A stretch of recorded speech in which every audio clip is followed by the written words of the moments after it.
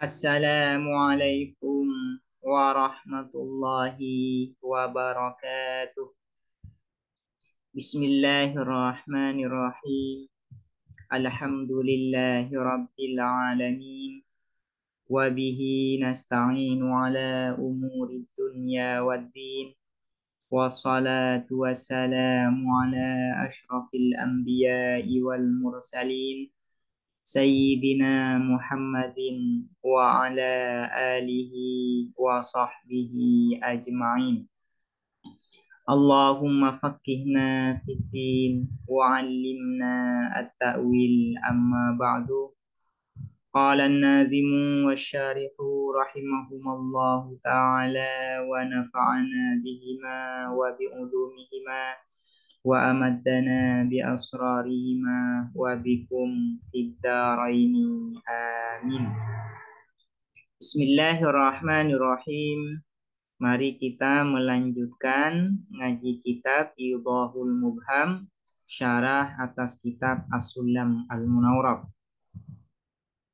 Summa qala, kemudian berkata siapa nazim, wa ba'du fal mantiqu lil janani nisbatuhu kan nahwi lil lisani. Wa ba'du ay ba'dal basmalah wal hamdalah wassalah. Fal mantiqu maka adapun ilmu mantik lil janani bagi nalar, nisbatuhu ialah adapun hubungannya al mantik, kan nahwi ialah seperti ilmu nahu, hubungan ilmu nahu, lil lisani bagi lisan. Hubungan ilmu mantik terhadap pikiran kita, terhadap nalar kita, itu seperti halnya hubungan ilmu nahu terhadap lisan.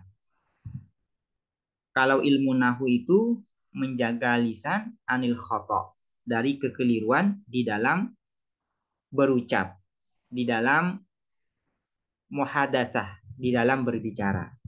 Nah, bagaimana bentuk hubungan ilmu mantik terhadap nalar ini? Faya simu, maka menjaga apa al-mantik, al-afkaroh pada pikiran-pikiran, an ghayyil khoto dari sesatnya kekeliruan. Wa andaki il fahmi, dan dari detailnya atau dalamnya pemahaman, yakshifu membuka apa al-mantik, al-ghito terhadap penutup. Hubungan ilmu mantik terhadap nalar itu, yaitu ilmu mantik bisa menjaga pikiran dari kekeliruan. Selain itu, ilmu mantik juga bisa menyingkapkan atau bisa membuka pemahaman-pemahaman yang sulit. Dengan ilmu mantik, pemahaman-pemahaman yang detail, yang dalam, yang sulit, yang jelimet, ini bisa terbuka ya, sehingga mudah untuk dipahami. Ini adalah hubungan ilmu mantik terhadap nalar. Fahaka, maka mengambillah kamu min usulihi sebagian dari kaidah-kaidah al-mantik, qawaidah terhadap kaidah-kaidah. Usul di sini maknanya sama dengan qawaid. Tajma'u, yang menghimpun apa qawaid, min fununihi dari cabang-cabang al-mantik, fawaidah terhadap fawaid, faidah-faidah. Aku lu berkata aku, lafdhatu ba'du, adapun lafad ba'du, wa ba'du fal mantiku lil janani. Di sana kan ada kata ba'du. Takunuh ialah ada apa lafdhatu ba'du dzarfa zamanin, ialah dzarf zaman, kama fi qaulika seperti di dalam perkataanmu, jaa zaidun ba'da amrin. Datang siapa Zaid setelah Amar.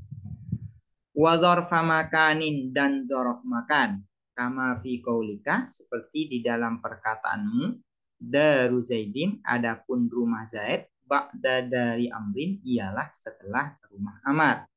Jadi kata ba'du itu bisa menjadi dzaraf zaman dan juga bisa menjadi dzaraf makan.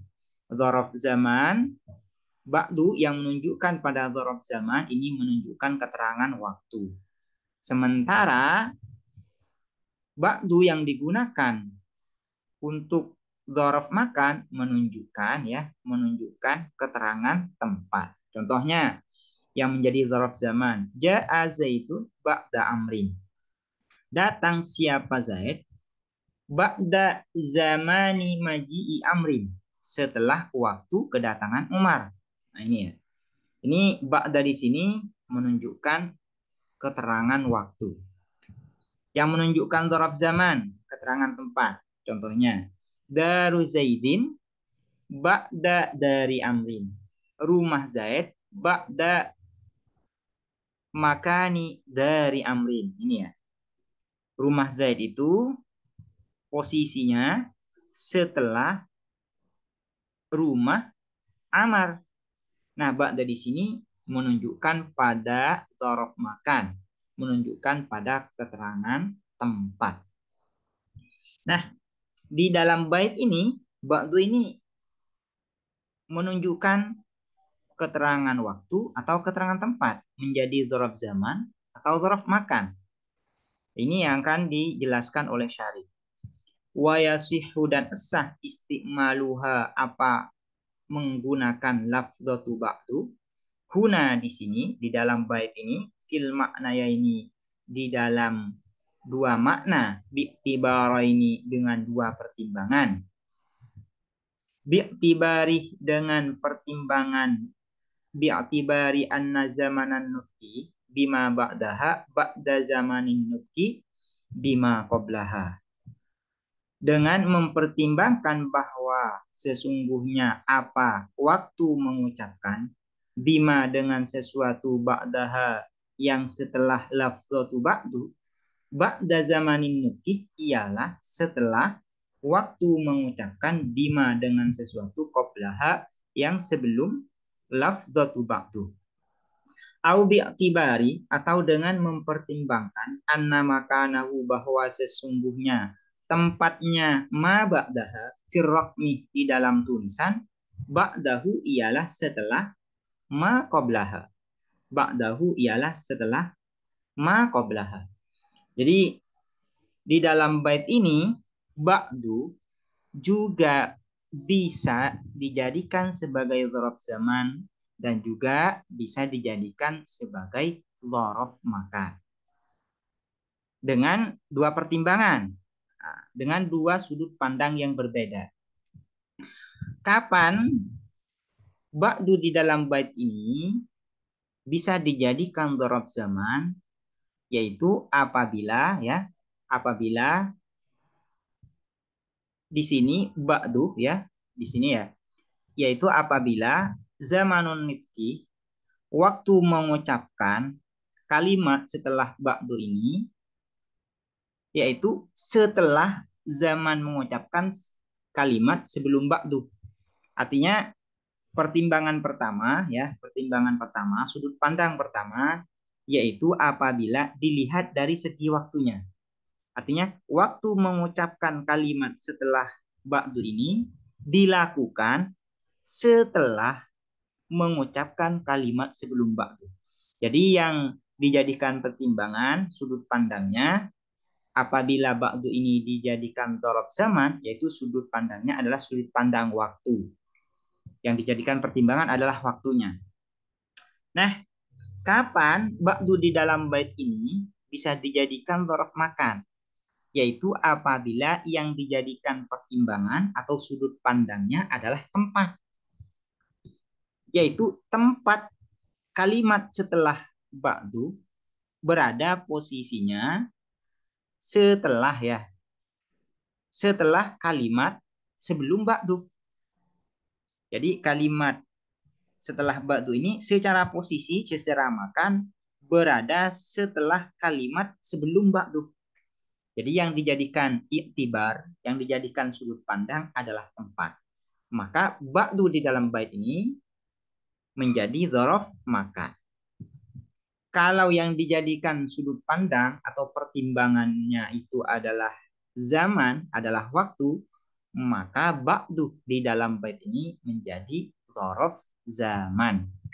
Jadi ba'du di dalam bait ini bisa dijadikan dzaraf zaman dengan pertimbangan melihat waktunya, Dan juga bisa dijadikan dzaraf makan dengan sudut pandang atau dengan pertimbangan melihat tempatnya. Wahia dan adapun lafzatu ba'duhuna di sini di dalam bait ini dalatun ialah menunjukkan alal intiqali atas berpindah min kalamin dari satu pembicaraan, dari satu pembahasan ila akhirah pada pembicaraan atau pembahasan yang lain. Fala yu'ta maka tidak didatangkan biha apa dengan lafzatu ba'du fi awalil kalami di awal pembicaraan, di awal pembahasan. Nah, lafaz ba'du atau kata ba'du ini menunjukkan al-intiqal berpindah dari pembahasan yang satu ke pembahasan yang lain. Karena itu ba'du ini harus berada di tengah-tengah. Tidak boleh diletakkan di awal kalam dan juga tidak boleh diletakkan di akhir kalam. Harus berada di antara dua kalam, harus ada di tengah. Karena ba'du ini menunjukkan alal intiqal min kalamin ila akhir. Wal mantikuh dan adapun lafaz al mantik masdarun mimiyun ialah masdar mimi. Yang dimaksud dengan masdar mimi ini adalah masdar yang diawali dengan mim zaidah. Itu disebut dengan masdar mimi. Yutlakuh diucapkan apa al-mantik bil ishtiraki dengan ishtirak dengan berserikat, bersekutu alan nutki atas nutki bimakna lafzi yang bermakna lafat. An-nutki ini berbicara, alan nutki atas berbicara, bimakna lafzi dengan makna lafat, wa alal idraki dan atas mana idrok. Idrok ini menangkap atau mengetahui. Jadi al-mantik ini merupakan lafaz mustarok, kata polisemi. Yang dimaksud dengan lafaz mustarok itu adalah satu lafaz memiliki lebih dari satu makna dan semua maknanya adalah hakiki. Termasuk yang lafaz mustarok adalah al-mantik. Al-mantik ini makna pertama adalah an-nutku, yaitu berbicara dengan menggunakan lafaz secara lisan. Dan yang kedua, makna dari al-mantik ini adalah al-idrak, yaitu mengetahui atau menangkap pengetahuan. Al-idrak. Nah, intinya adalah makna yang kedua. Nah, di antara dua makna ini, mana yang diinginkan, yang dimaksudkan maknanya di dalam bait ini? Apakah maknanya itu adalah an-nutku bi ma'na lafzi atau alal idrak atau makna yang lain? Ini adalah jawaban dari syari. Wal muradu dan yang dimaksudkan, yang diinginkan bihi dengan al-mantik huna di sini al-fannuh ialah disiplin ilmu, al-mu'allafuh yang disusun, yang al-mu'allafuh yang disusun fihi di dalam al-fan hadal kitabu apa kitab ini. Jadi yang dimaksud dengan al-mantik di dalam bait ini adalah nama dari sebuah disiplin ilmu. Jadi yang dimaksud dengan al-mantik bukan bermakna an-nutqu bimana lafzi, bukan juga bermakna al-idrak. Namun yang diinginkan di dalam kata-kata al-mantik di dalam bait ini yaitu waba'u fal-mantiku, yaitu nama disiplin sebuah ilmu. Sumya dinamakan apa alfan bihadzal ismi dengan nama ini, dengan nama al-mantik. Kenapa disiplin ilmu ini dinamakan ilmu mantik? Li'annahu karena sesungguhnya alfan yukawi ialah memperkuat apa alfan al-idroka pada al-idrok pada pengetahuan. Wa ya'simuhu dan menjaga apa alfan hu terhadap al-idrok anil khata'i dari kekeliruan. Jadi yang dimaksud al-mantik di dalam bait ini adalah nama sebuah ilmu yang diberi nama dengan al-mantik. Namun demikian, meskipun al-mantik yang diinginkan di dalam bait ini adalah nama sebuah disiplin ilmu, namun berkaitan dengan makna al-idrak. Berkaitan dengan makna yang kedua. bukan berkaitan dengan makna yang pertama yang an-nutqu bi makna lafzi, namun berkaitan dengan al-idrak yang makna kedua. Kenapa? Karena ilmu mantik atau kaidah-kaidah ilmu mantik yang akan dibahas di dalam kitab ini nanti memperkuat al-idrak, bisa memperkuat cara seseorang itu menangkap pengetahuan dan cara seseorang itu memperoleh pengetahuan dan juga bisa menjaga ya dari kekeliruan di dalam menangkap pengetahuan, di dalam memperoleh pengetahuan. Ilmu mantik yang akan dikarang ini. Jadi meskipun al-mantik yang dimaksud di dalam bait ini adalah nama dari sebuah disiplin ilmu, namun al-mantik ini berkaitan dengan makna al-idrak, makna yang kedua, karena kaidah-kaidah yang akan dibahas di dalam ilmu mantik ini bisa memperkuat al-idrak dan juga bisa menjaga al-idrak itu dari kesalahan di dalam berpikir. Fahuwa, fahuwa maka adapun al-mantik, konunun ialah konun, undang-undang, taksimu yang menjaga moro'atuha apa mematuhi konun, al-zihna pada pikiran, anil khoto'i dari kekeliruan fi fikrihi di dalam berpikirnya al-zihnu. Kalau al-mantik yang dimaksudkan di dalam bait ini adalah nama sebuah disiplin ilmu, lantas apa definisinya al-mantik yang dimaksudkan di sini? Yaitu qanunun taksimu mura'atuhu al-zihna anil khoto'i fi fikrihi.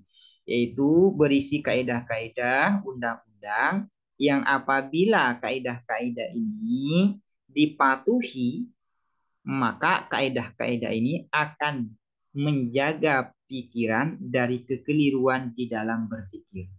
Akan menjaga nalar dari kekeliruan di dalam berpikir. Faman maka adapun siapa saja ro'a ialah menjaga siapa man qawaidah hadzal fan terhadap kaidah-kaidah disiplin ilmu ini la yatatarraku maka tidak masuk ilaihi terhadap man al khoto apa kekeliruan fil fikri di dalam berpikir. Atau ini dijadikan khobar ya, bisa. Faman maka adapun siapa saja ro'a yang menjaga atau yang mematuhi siapa man qawaidah hadzal fan terhadap kaidah-kaidah disiplin ilmu ini la yatatarraku ialah tidak masuk ilaihi terhadap man al khoto'u apa kekeliruan fil fikri di dalam berpikir. Kama annaman sebagaimana sesungguhnya orang ro'a yang mematuhi siapa man qawaidan nahwi terhadap kaidah-kaidah ilmu nahwu la yatatarraku ialah tidak masuk ilaihi terhadap man al khata'u apa kekeliruan fil maqali di dalam ucapan wa ila hadal makna dan terhadap makna ini asyara memberikan isyarah siapa nazim biqaulihi dengan perkataan nazim fal mantiku lil janani nisbatuhu kan nahwi lil lisani faya simul afkar ay yahfaduha menjaga apa al mantikha terhadap al afkar an ghayyil khata'i dari sesatnya kekeliruan. Jadi orang yang mematuhi kaidah-kaidah ilmu mantik maka dia akan terhindar dari kekeliruan di dalam berpikir. Sebagaimana orang yang mematuhi kaidah-kaidah ilmu nahwu, maka dia akan terhindar dari kesalahan di dalam berbicara.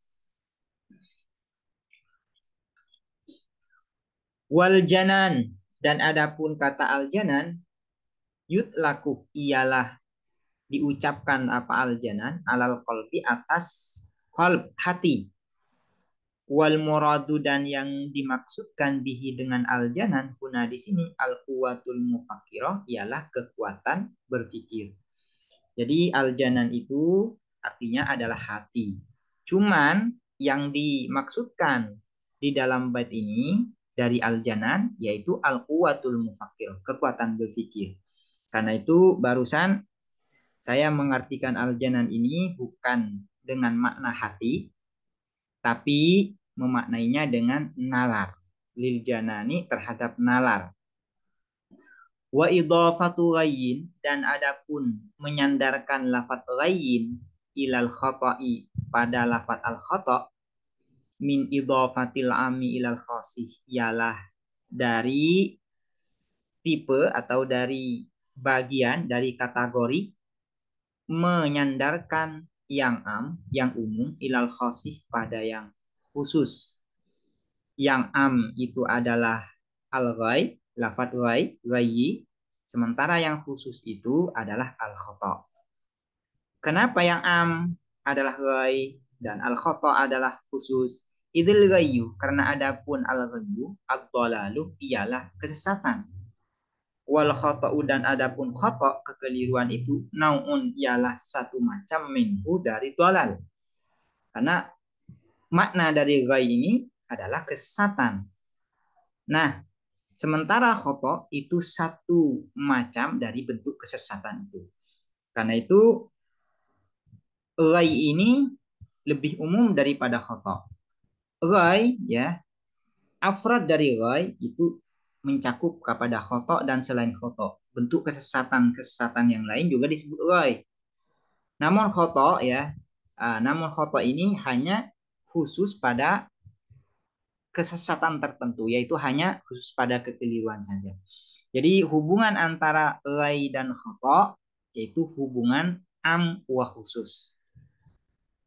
Qauluhu, adapun perkataan nazim, wa andakikil fahmi, yaitu andakikil fahmi min idhafati sifati ilal mausuf, ialah sebagian dari kategori menyandarkan, mengidhafakan sifat pada mausuf. Sifatnya ini adalah dakik, lafaz dakik, sementara mausufnya adalah al-fahmu. Fal masdaru, maka adapun masdar yang disebut dengan masdar di sini adalah al-fahmu. Bimakna ismi maf'ulin, ialah dengan makna ismi maf'ul. Al-fahmu al-mafhum. Ai al-mafhumud dakik, yaitu pemahaman yang detail, yang mendalam.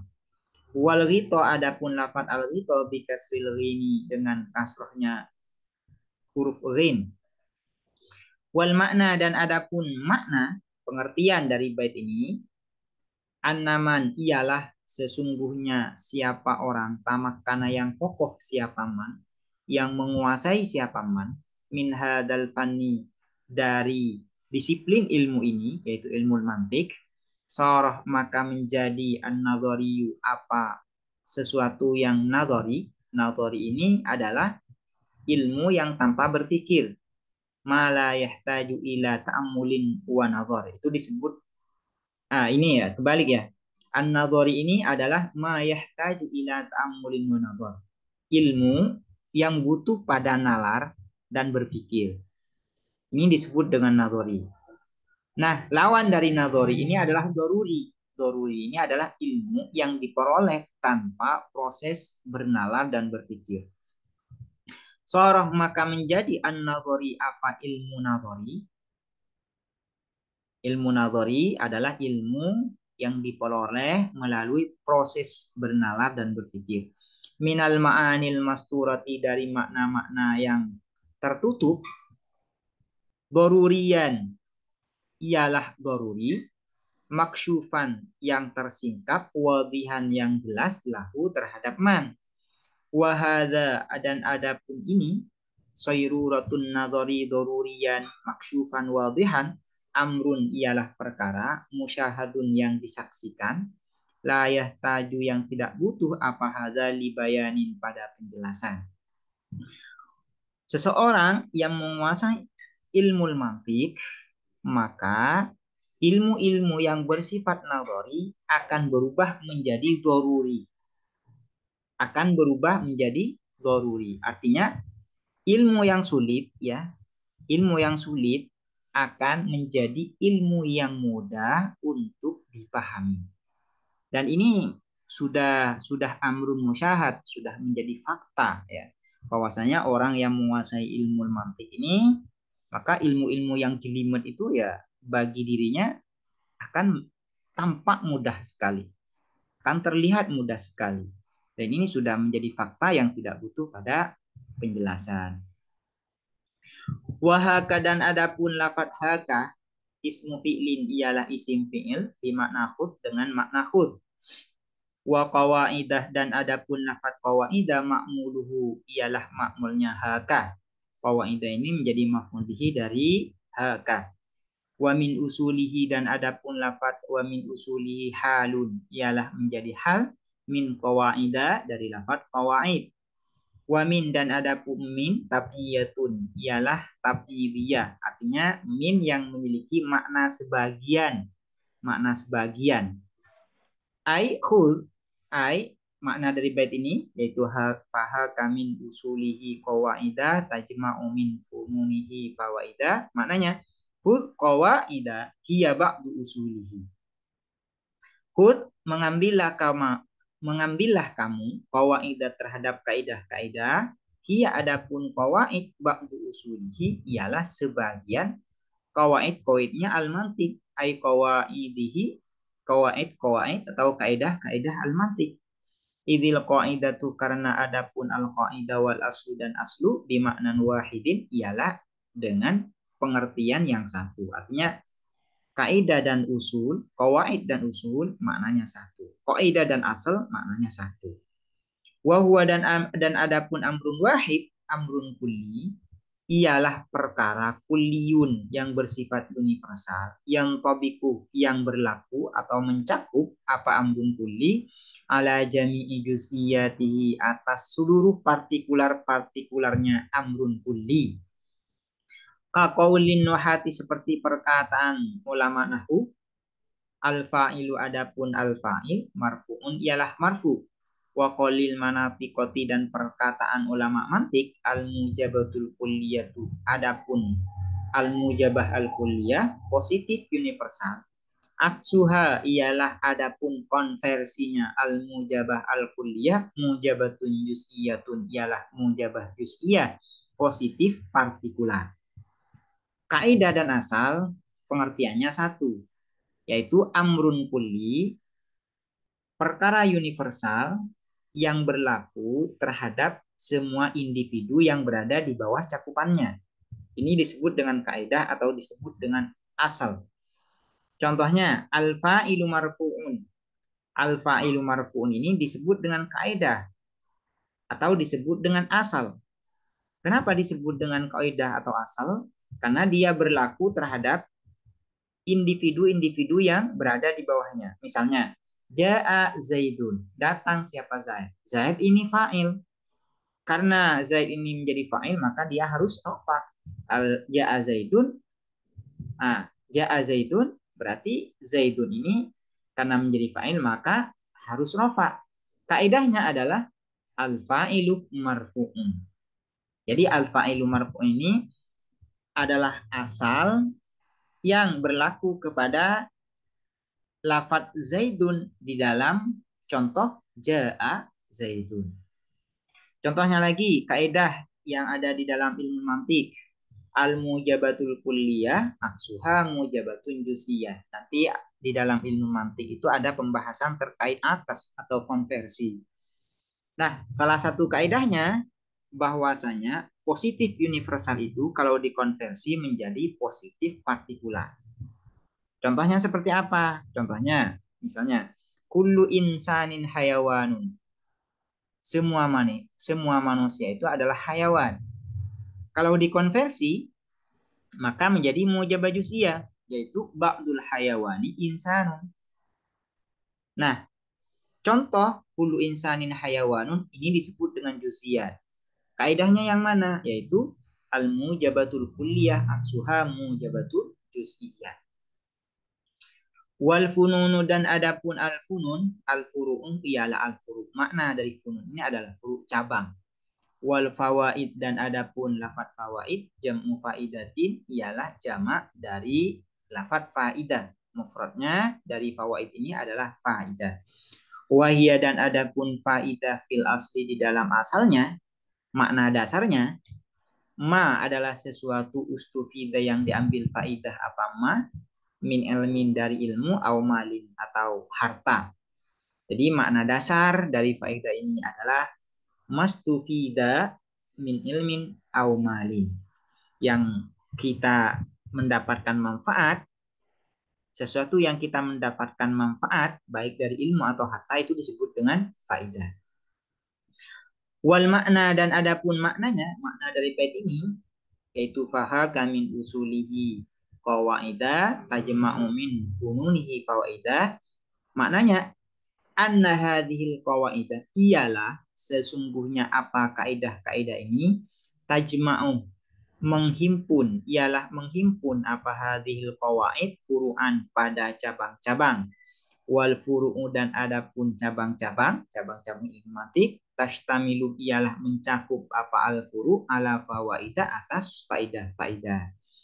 Ini penjelasan terkait makna dari 3 bait yang sudah kita baca sebelumnya. Semoga dapat dipahami dan bermanfaat. Assalamualaikum warahmatullahi wabarakatuh.